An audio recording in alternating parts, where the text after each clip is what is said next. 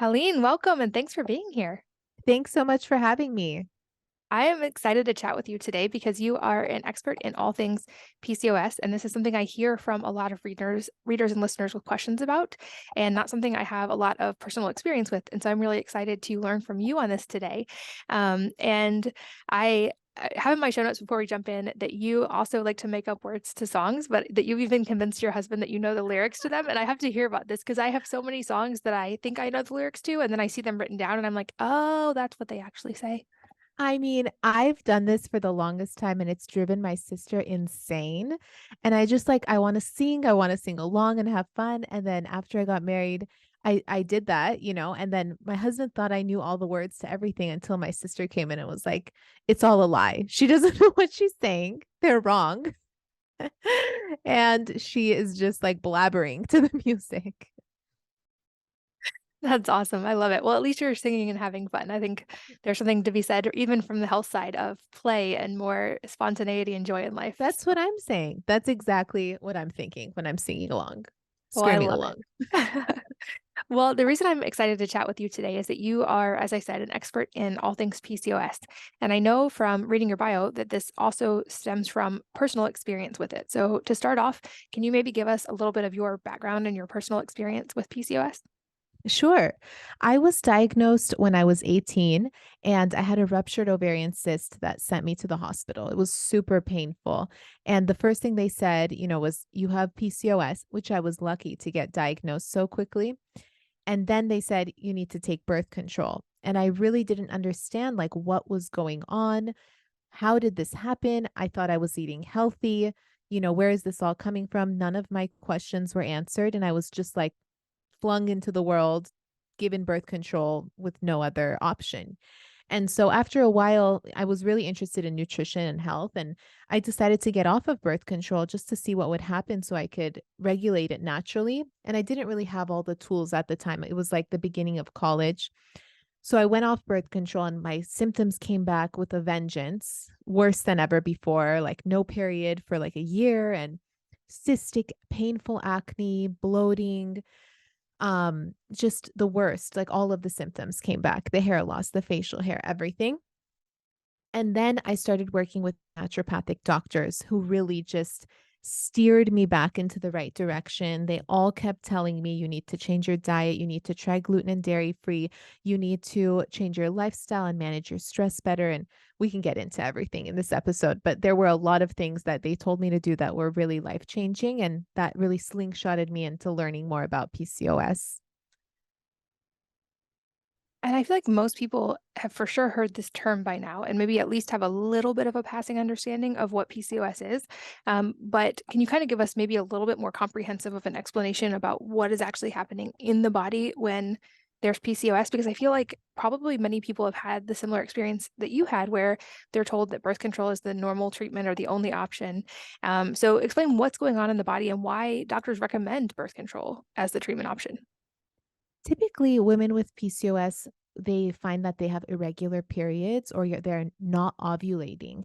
And not getting your period, not ovulating aren't good things, as you know. And so then they say just go on birth control. And that kind of just like takes over your whole hormonal system. All of the rhythms are canceled. All of the natural hormone rhythms are canceled. You take birth control and it's just like same, same, same. And then you stop during the period. And then your progesterone drops and then you get your period. And so um that's why they give you birth control just to take over altogether. But that's not a solution. It's really just a band-aid. And so women with PCOS are diagnosed if they have two out of the three symptoms: irregular period, ovarian cysts, hyperandrogenism.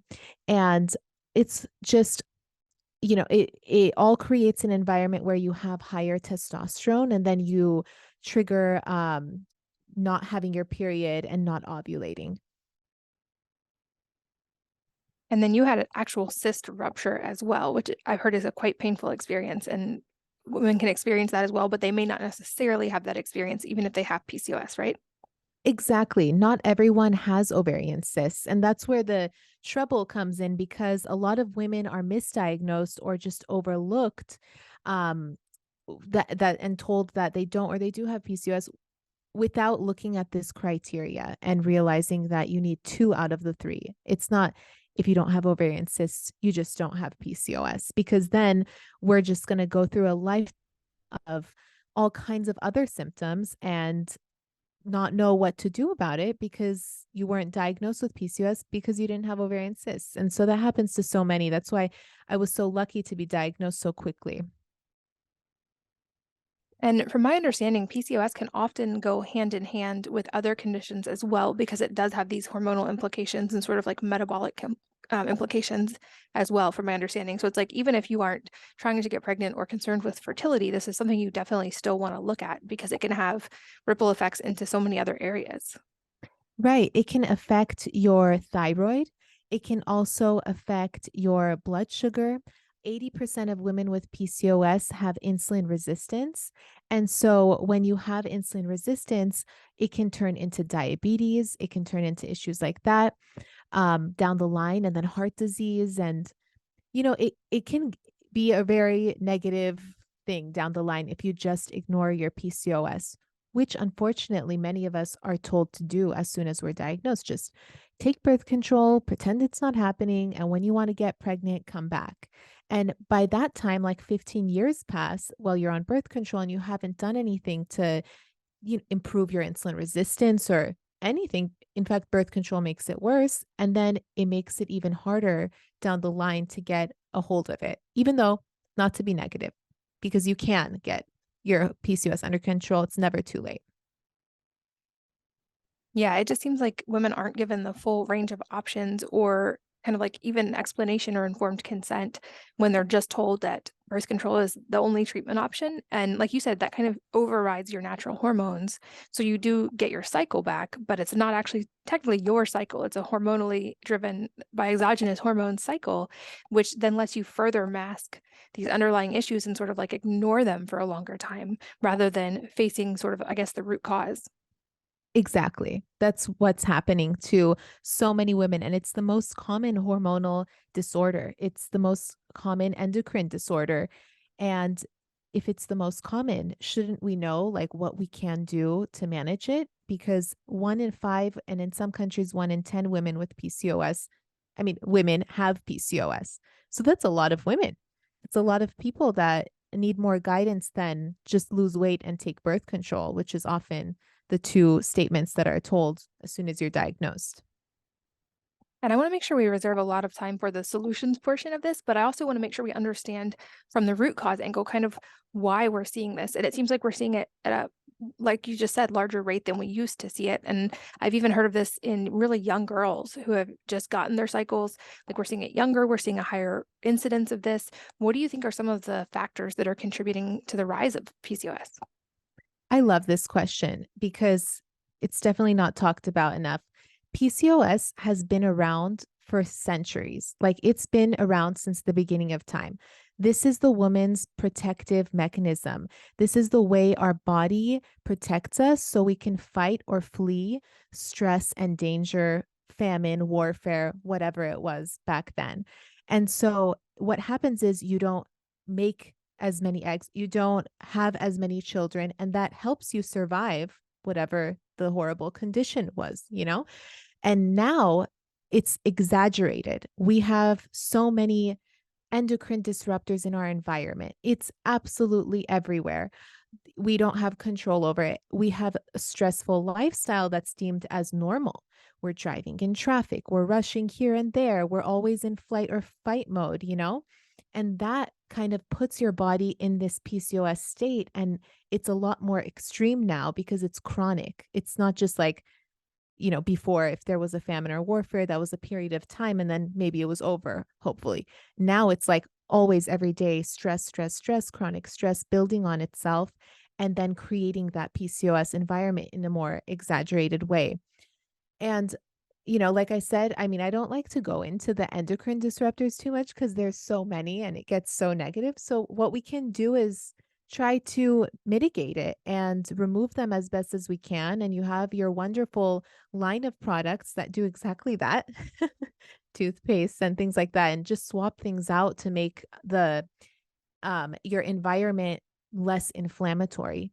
And not to mention that PCOS can come from insulin resistance. And so if you had like diabetes in your family, diabetes gets passed down in the form of insulin resistance. So it's a combination of genetics and environmental factors that create the perfect storm for PCOS. And now in more an exaggerated way, especially since what we see out here with, fast food and our diets and our lifestyles. Yeah, I feel like on the personal care side and the endocrine disruptor side, like we know if we look at the data, like you said, it can get very overwhelming very quickly because of how many chemicals we're exposed to on a daily basis that we didn't used to be, especially as women. So many products have endocrine disrupting chemicals in them, and kids are encountering these at younger ages. This was, like, to your point, one of my big reasons for wanting to start Wellness was taking sort of an 80/20 approach of like, if we can't fix everything, what are the big sources of exposure that most people are still using? And I realized if we trade out things that go on our skin, our hair, and our mouth, that gets us a lot of the way there. So even if you can't tackle everything, it's like wherever you can take baby steps to reduce exposure, that helps. And I also love that you brought up insulin resistance because I love that this is becoming part of the more mainstream conversation of wellness in general. And we now have things like right now I have a monitor on my arm that lets me monitor my blood glucose continuously. Levels. Levels monitor, yep. And I love that just being able to see my own personalized data, because while we can read general things like oats and grapes are more likely to raise blood sugar, for instance, actually getting to see based on my own diet and what I eat, which things have a bigger impact and which things don't, or see how if I eat protein with a meal, I have a more stable glucose response. I feel like that availability of that data helps us personalize. But let's talk more about the insulin resistance component of this, because like you said, it's connected to PCOS, but it's by no means only related to PCOS. We're seeing insulin resistance go up on a population-wide scale. So this is something that like I feel like is really important to talk about when it in a general wellness conversation, but also very, very relevant to hormonal issues and PCOS. Definitely. I remember I had insulin resistance and I thought that I was eating healthy. I thought I had a normal diet. I just like I wasn't eating candy and sugar and I still had insulin resistance. And it was really surprising to me when I learned that I had insulin resistance and how it was affecting PCOS. And like you said, it's running rampant and it's something that we definitely have to learn how to manage in our lifestyle and the way that we eat. I'm a registered dietitian, so I could talk about the way that we eat and insulin resistance all day. But I also did the levels monitor and I saw like the difference that it can make when you go on a walk or when you eat protein, and all of these factors, if you'd like, I can get into them, can really help us manage insulin resistance and help us reduce testosterone as a result, because insulin resistance triggers high testosterone in the ovaries and then PCOS symptoms like missing your period, not ovulating, and so on. Yeah, let's go deeper on some of the things that come into play with insulin resistance and then maybe some of the things that can help resolve that. Yeah. So, when it comes to insulin resistance, you're most insulin sensitive in the mornings.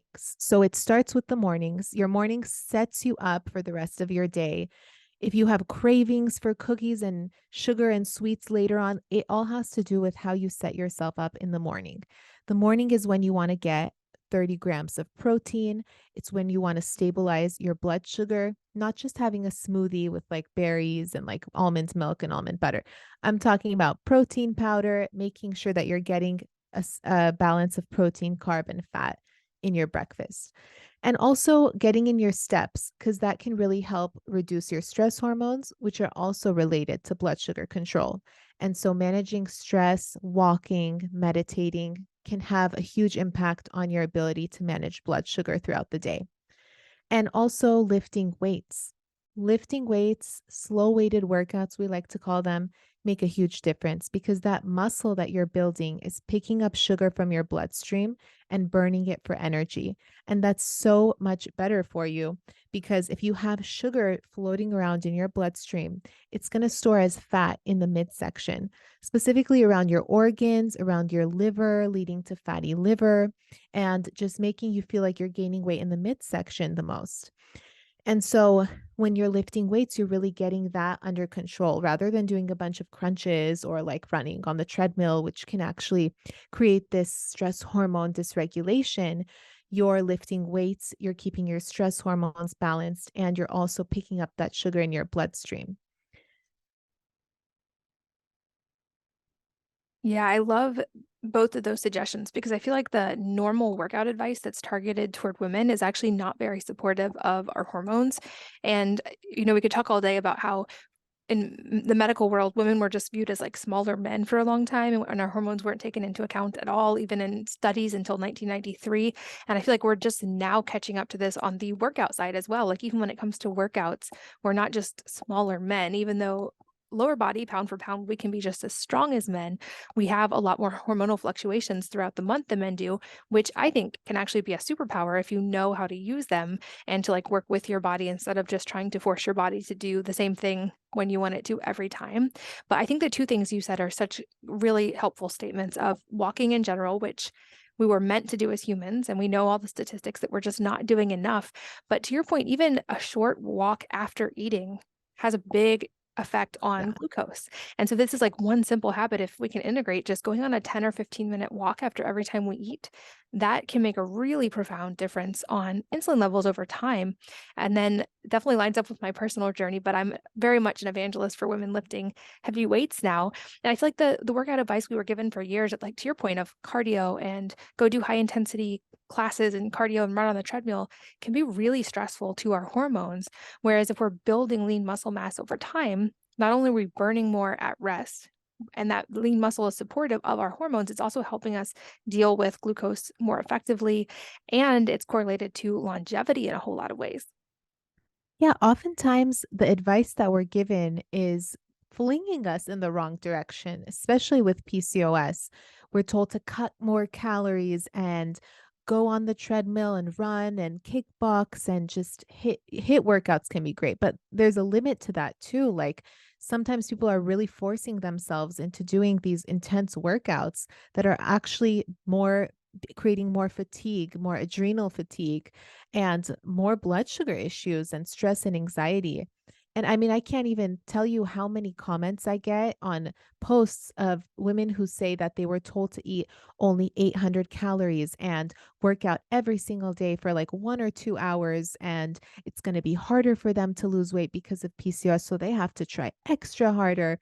And that's not the case. Like, in fact, you don't have to spend hours at the gym and starve yourself because that's slowing down your metabolism and making it harder for you to lose weight or harder for you to manage the root issues of PCOS. You're breaking your metabolism further and creating issues for the metabolic hormones that really begin the hormonal cycle. Like for example, insulin resistance that can trickle down and affect your testosterone levels.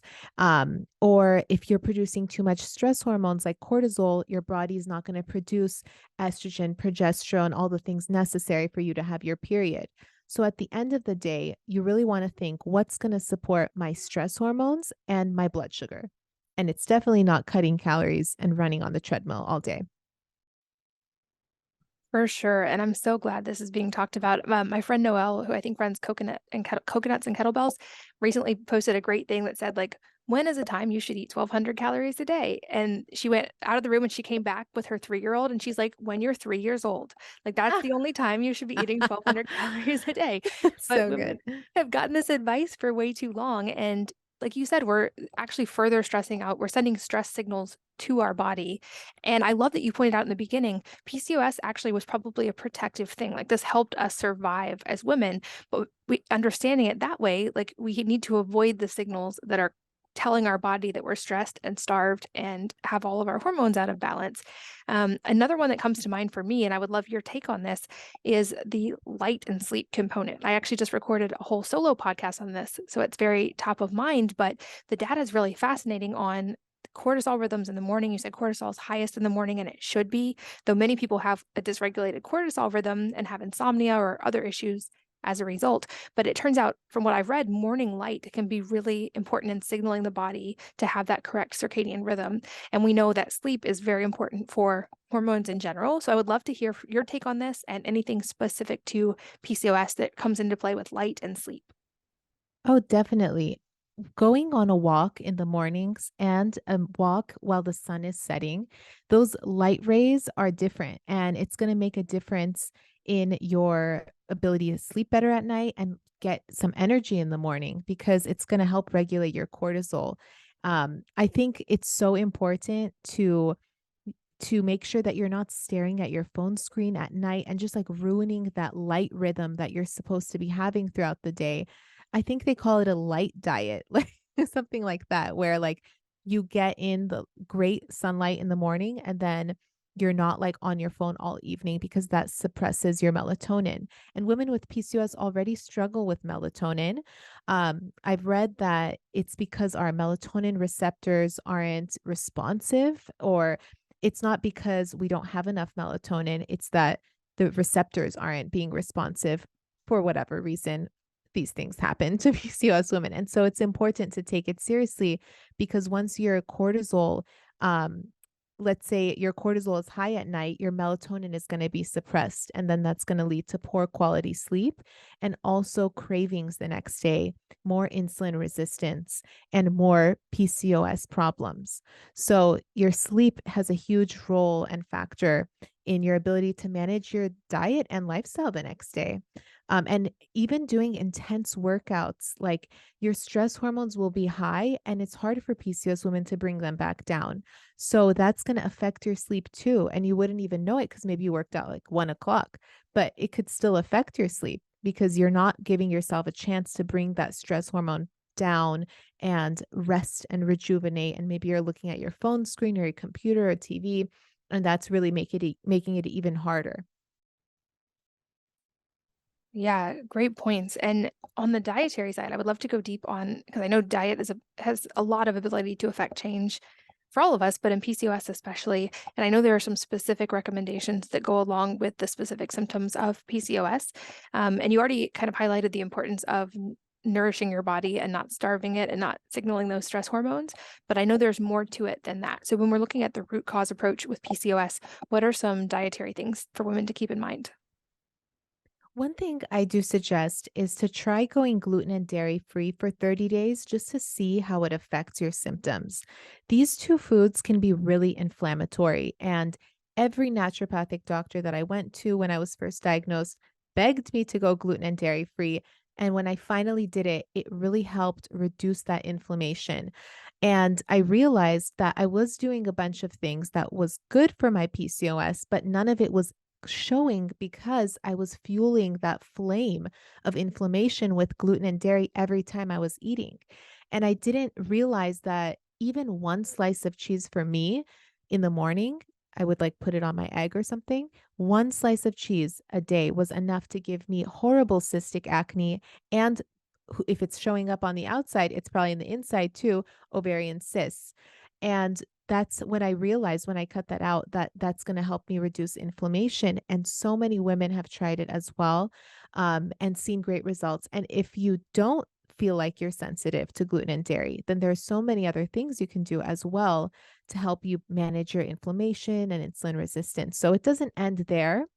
It's often misconstrued when I say try gluten and dairy free. Like everyone doesn't have to do it, but it's definitely worth a try because these are two very inflammatory foods. And studies even show, like, for example, gluten, every time you eat gluten, there is a hormone called zonulin that's released, and that causes your gut lining to loosen up and that protein from the gluten to seep into your bloodstream, triggering chronic inflammation because your body receives that as like an invader. And this is in a study, it shows for everyone who eats gluten. And so for some people, it might be worse, and for others, it might be not even noticeable. But it's worth noting and to figure that out because women with PCOS already struggle with chronic inflammation. And if that's like creating more and more every time you eat it every single day, then it's going to be really hard to manage your symptoms in other ways because you're still fueling that flame.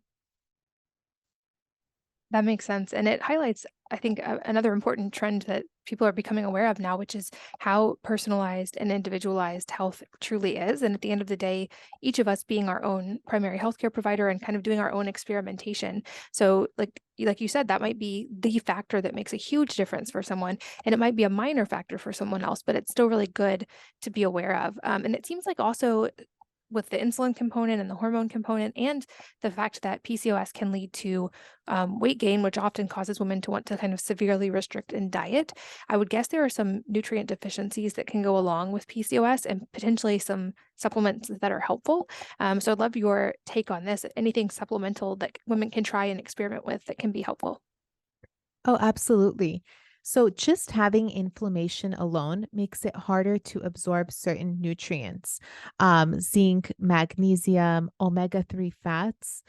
Women with PCOS struggle to absorb omega-3 fats from seeds and nuts, and we absorb it better from fatty fish. And that's because of the D6D enzyme. Like, not to get too into this right now, but there's an enzyme that doesn't work properly because we have inflammation.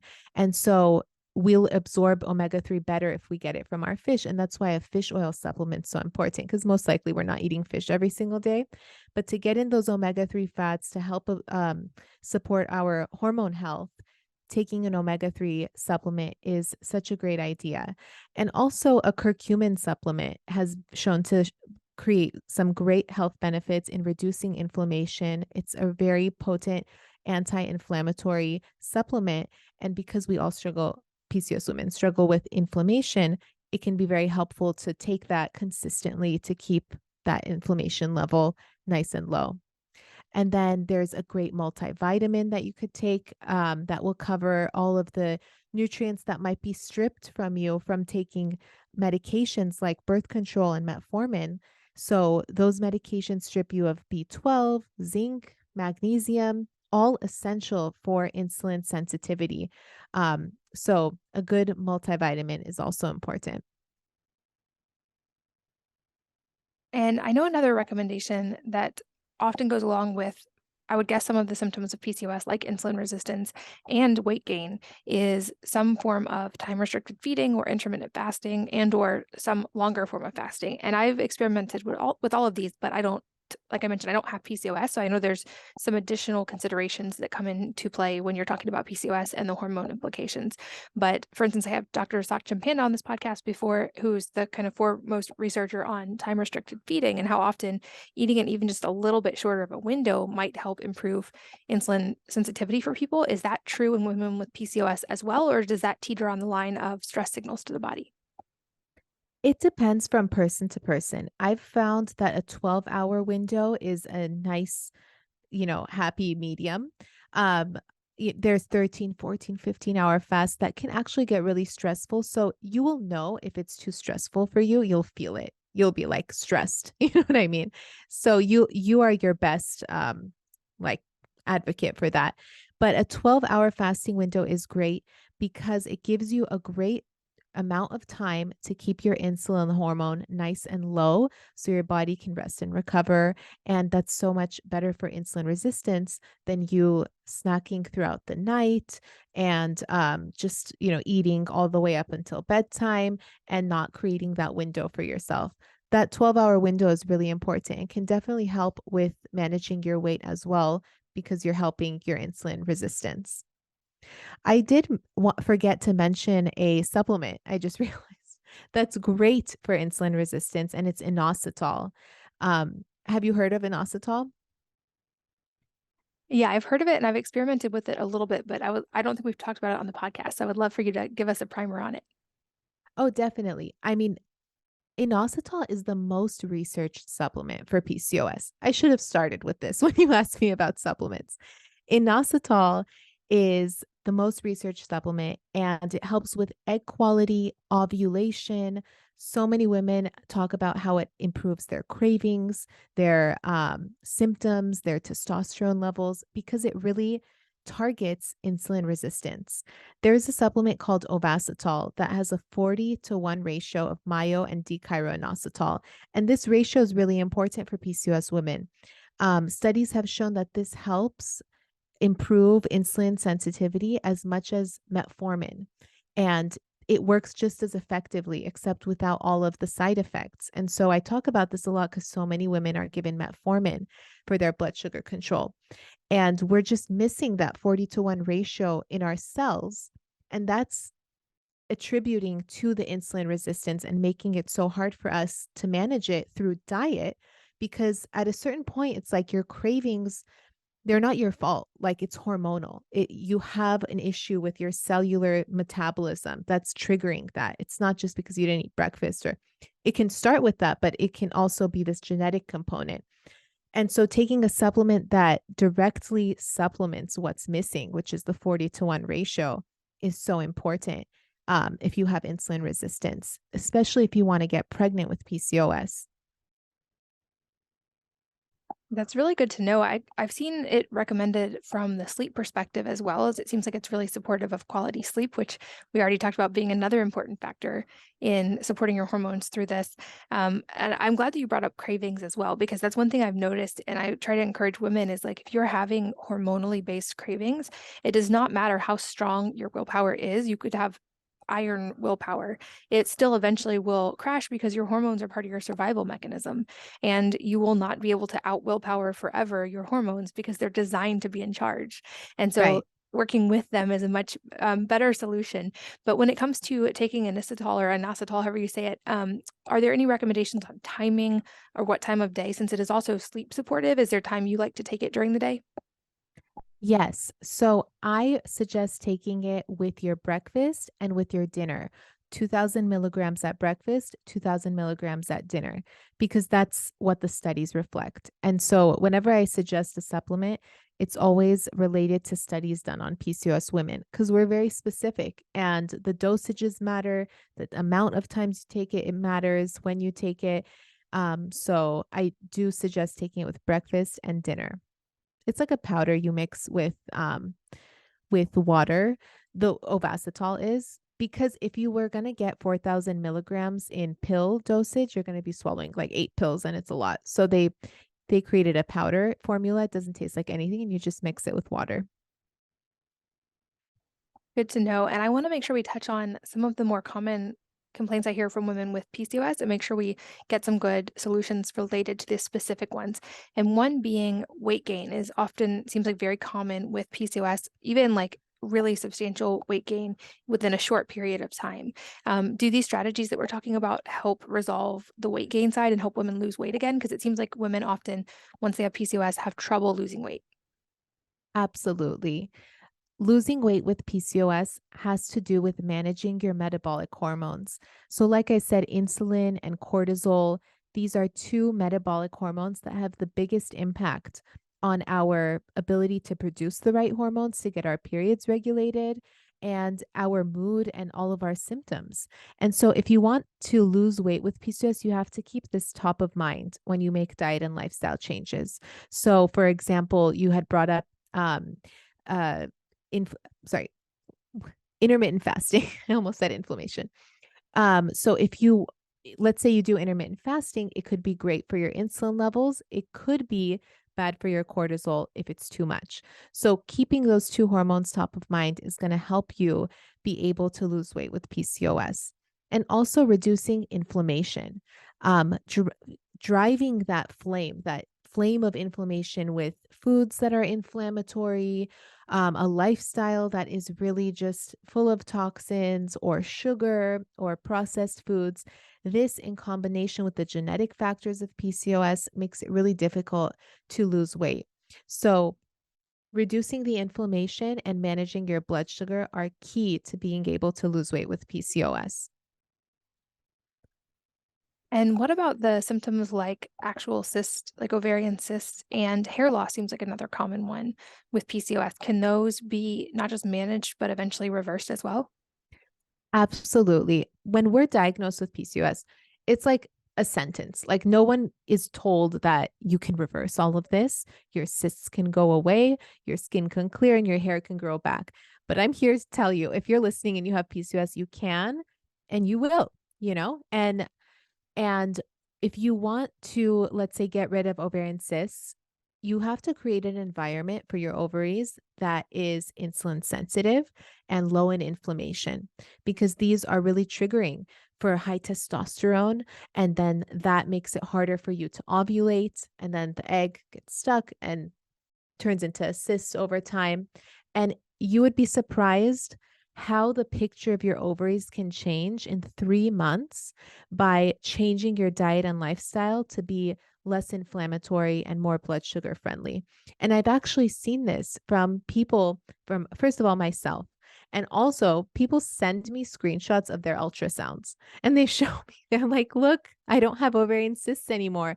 I went gluten and dairy free, or I followed this, and this, and it really helped me. And I was able to get rid of all of the ovarian cysts and also manage symptoms like hair loss or facial hair growth, because this has to do with hyperandrogenism. And hyperandrogenism comes from mainly having either high stress hormones or blood sugar dysregulation. When you create a lot of stress hormones, they can convert into androgens. When you have insulin resistance, it can trigger high androgens, and that testosterone gathers around your hair follicle, causing it to weaken and to fall out. And the hair follicle shrinks, and it's hard to regrow your hair back. And it also gathers around the facial hair follicle, turning the light hair into dark hair. And that's where that dark facial hair can come from. But not to worry, like you can still reverse that as well if you get your androgens under control and reduce testosterone. And there's lots you can do, from managing your blood sugar to drinking spearmint tea, which studies show can help reduce your testosterone by having 3 cups of tea a day instead of caffeine. That's a great tip and one I haven't heard before. And you mentioned that for many women with PCOS that it feels like a sentence, and that's how it's often given, is like, this is now a thing that you have that's never going to go away. And like I said, I don't have experience with PCOS, but I had that experience with Hashimoto's. And I was told I have Hashimoto's, that it will never go away. The best that can happen is it can go into remission. And they don't even really tell you that can happen in the conventional medical world. And following similar tips, I think there's a little bit of overlap because of the hormonal component with Hashimoto's as well, and the autoimmune side. Mine is now, I would say, not even just in remission. It's like I don't test with any of the markers of Hashimoto's anymore. I don't have to take anything to manage it. But that also came from looking at the root cause approach and supporting my body, not depriving it, and looking at nutrient density of my foods.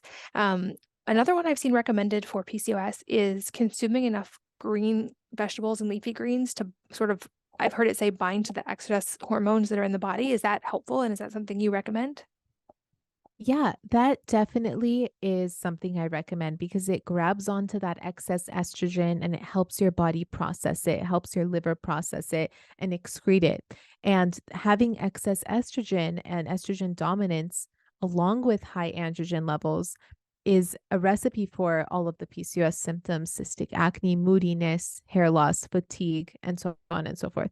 So, yeah, I definitely think dark leafy greens are super important, and also supporting your liver and reducing your alcohol intake, because that can affect your ability to process those excess hormones, and also your affects your ability to sleep properly. So, liver health is really important. And that's true for the whole body, kind of with the liver as a master regulator. Are there any other ways we can support liver health? I used to take a daily liver supplement when I was first diagnosed with or when I was first managing my PCOS, because um, we often have fatty liver. And so if you have fatty liver, this is certainly something that you can manage and you want to take seriously, because if you ignore it, it can turn into worse things like cirrhosis and so on. But once you have fatty liver, and you have PCOS, I would say really hone in on managing insulin resistance, because insulin resistance leads to your body storing sugar as fat around your organs, like your liver and your heart and your midsection. And so you can certainly get that under control if you manage your insulin resistance. Got it. And I would guess with the potential of weight gain that can come with PCOS and the insulin resistance aspect, many women probably turn toward a keto type diet, or like severely cutting carbs along with intermittent fasting, which we already talked about. I'm curious your take on this because there's certainly a myriad of opinions on if women should do keto and if it should be a modified version. So do you think it's helpful or is it counterproductive? What is your advice when it comes to carbs for women with PCOS? I love talking about carbs. Thank you for asking.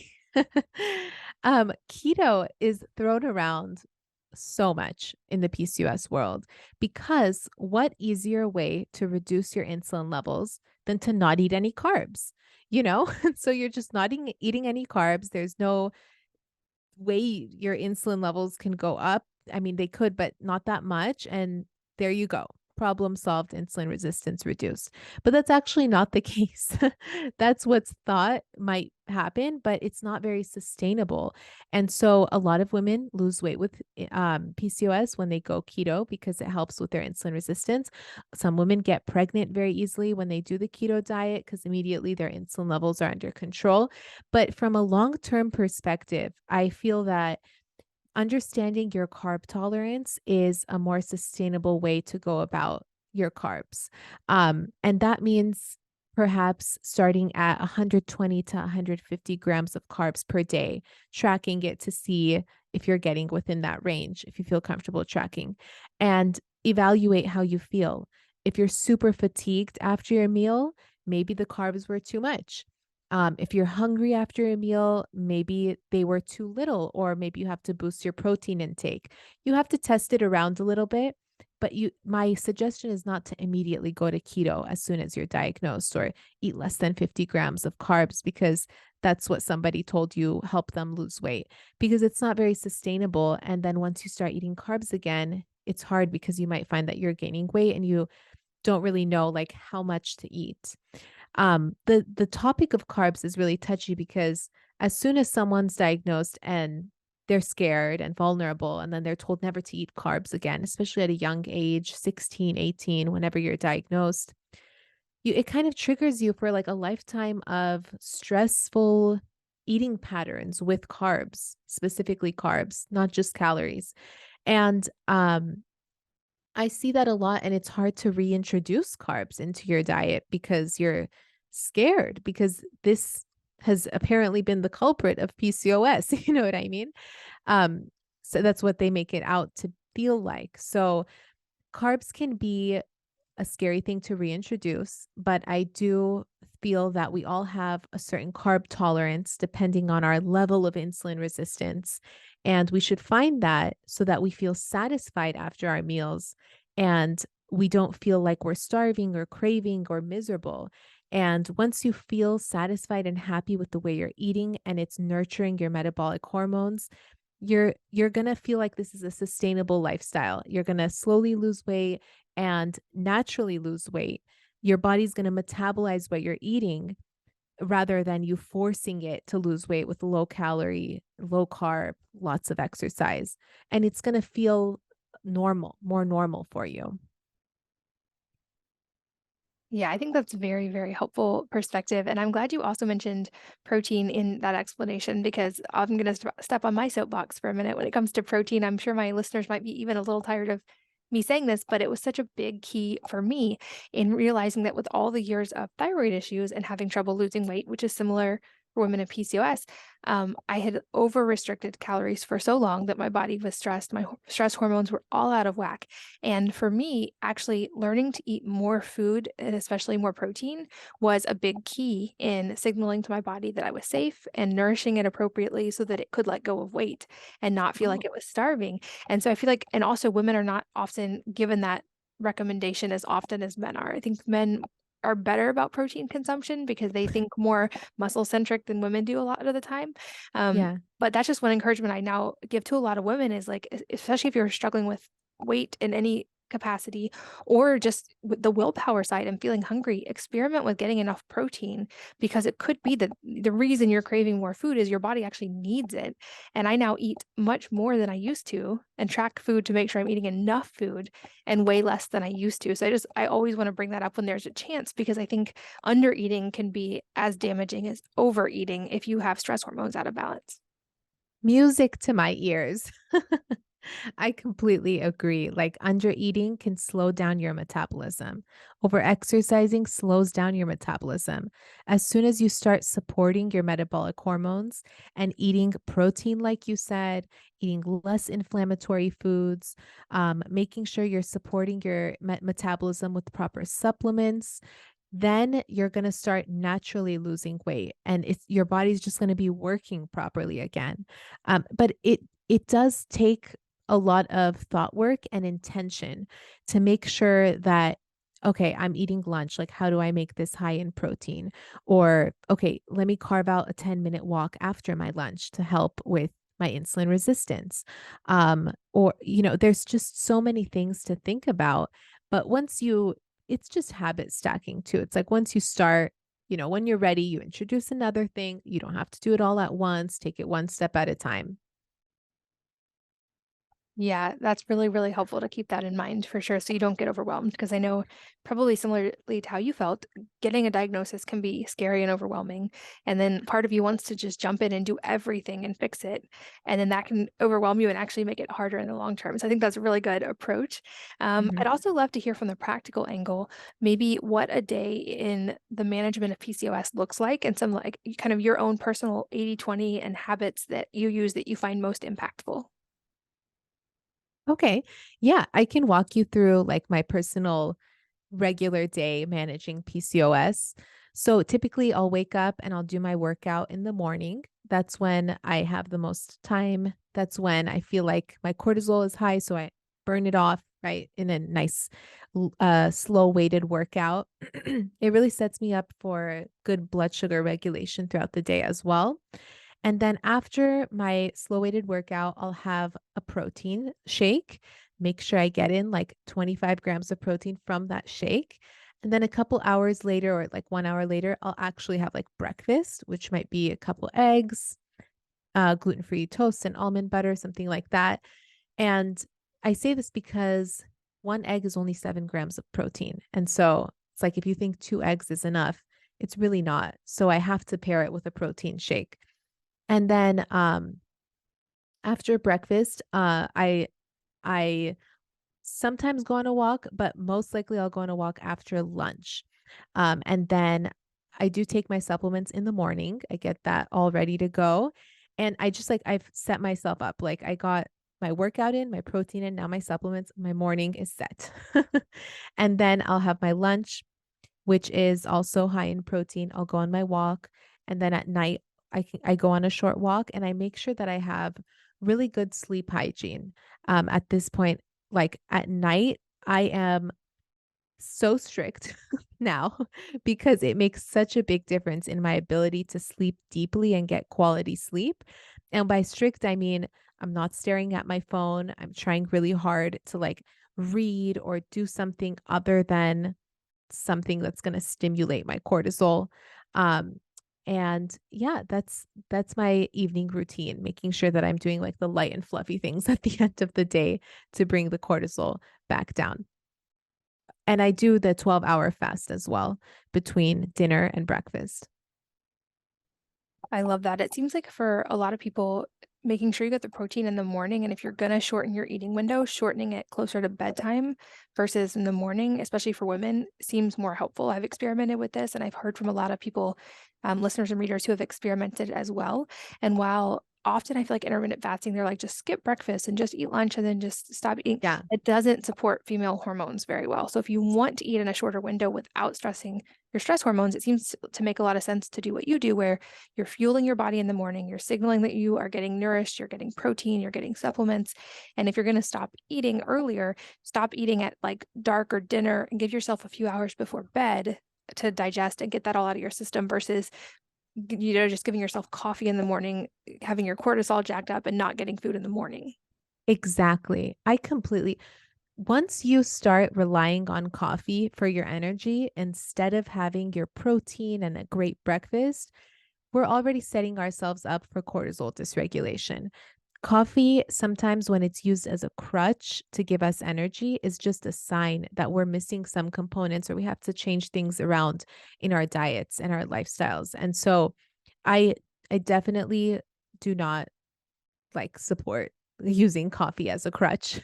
But 1 cup a day, like if it's not your crutch, if it's something you like, I completely understand. But yeah, coffee is really very common. People, it's so controversial. Whenever I post about it, people are like, wait, can I have decaf? I'm like, yeah, you can have decaf. Yeah. Or if you're gonna do caffeine, the 2 rules I try to keep in mind, my personal one is always protein before caffeine, and then Dr. Amy Shah was on the podcast, and her rule was sky before screens. So in the morning, morning sunlight before Oh, you look at your phone, and I feel like those are just 2 little helpful things to remember that, like, if you're gonna do those things anyway, if you're gonna look at your phone, which we probably all are, or if you wanna drink caffeine, if you can just do them in that order, it's a little bit less stressful on your body.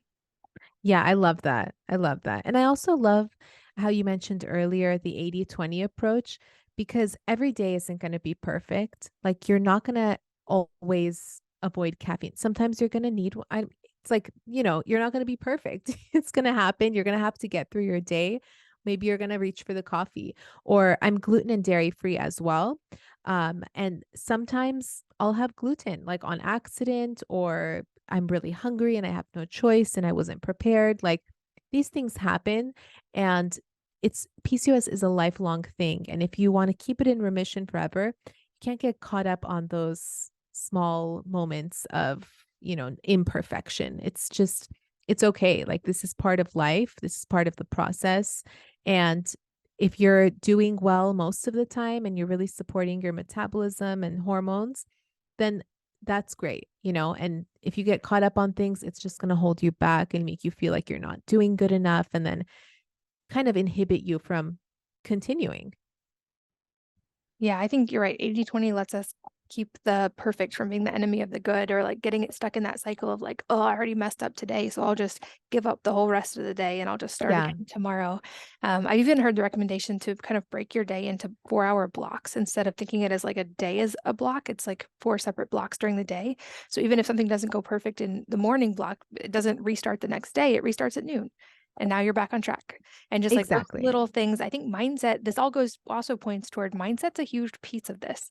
And I think you've given so many great tools that help us have control and ability to shift these things in a physiological way, but also that like give us that mindset of knowing that we can improve these things and getting in control of it and not being overwhelmed. And I think that also is a huge puzzle piece of any kind of chronic condition that you're dealing with is being able to keep that mindset for the long term.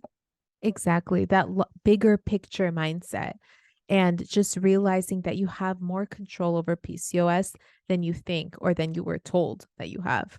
And if you just take it one step at a time, implement these habits we've talked about one step at a time, then eventually it'll be your lifestyle. It'll feel so good to you. You won't want to stop. And it'll just be this thing that you do, and you won't even notice that it's your habits. It's not going to be so inconvenient for you to think of like, oh gosh, how do I get my protein in? It's going to be, a habit, a normal habit. I love it. Well, as we get close to the end of our time, a few last questions I love to ask. The first being if there is a book or a number of books that have profoundly influenced you personally, and if so, what they are and why. Oh, I love this question. I Well, okay, I have 2 books in mind. One is PCOS SOS, which is an excellent book written by a gynecologist who also studied functional medicine.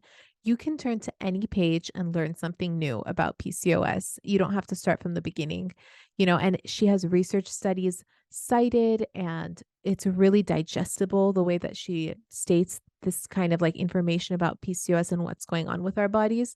So that was really life changing for me, that book. I also went to that gynecologist as well. Her name's Dr. Phyllis Gersh. So that was a great book on PCOS. And then another book I love is 101 Essays That Change the Way You Think. This is, again, one of those books that you don't have to read from start to finish. You can kind of like flip through it. And I like to read it in between books. So once I like finish something, then I'll read that and then I'll start something else. So it's my in between book that I really like. I love it. And those are both new recommendations. I'll make sure they're linked in the show notes as well for any of you guys listening.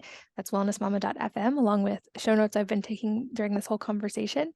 And for anyone who has PCOS and is wanting to get it under control and have the same results that you did. I know that you have a lot of resources available online. Can you just walk us through, and I'll make sure there are links in the show notes as well, but walk us through the resources you have available?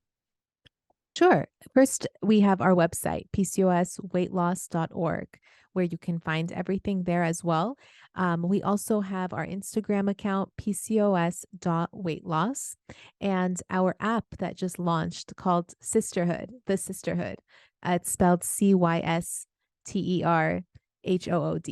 So you can find that's basically a tool that can help you with applying all of these diet and lifestyle changes for PCOS weight loss.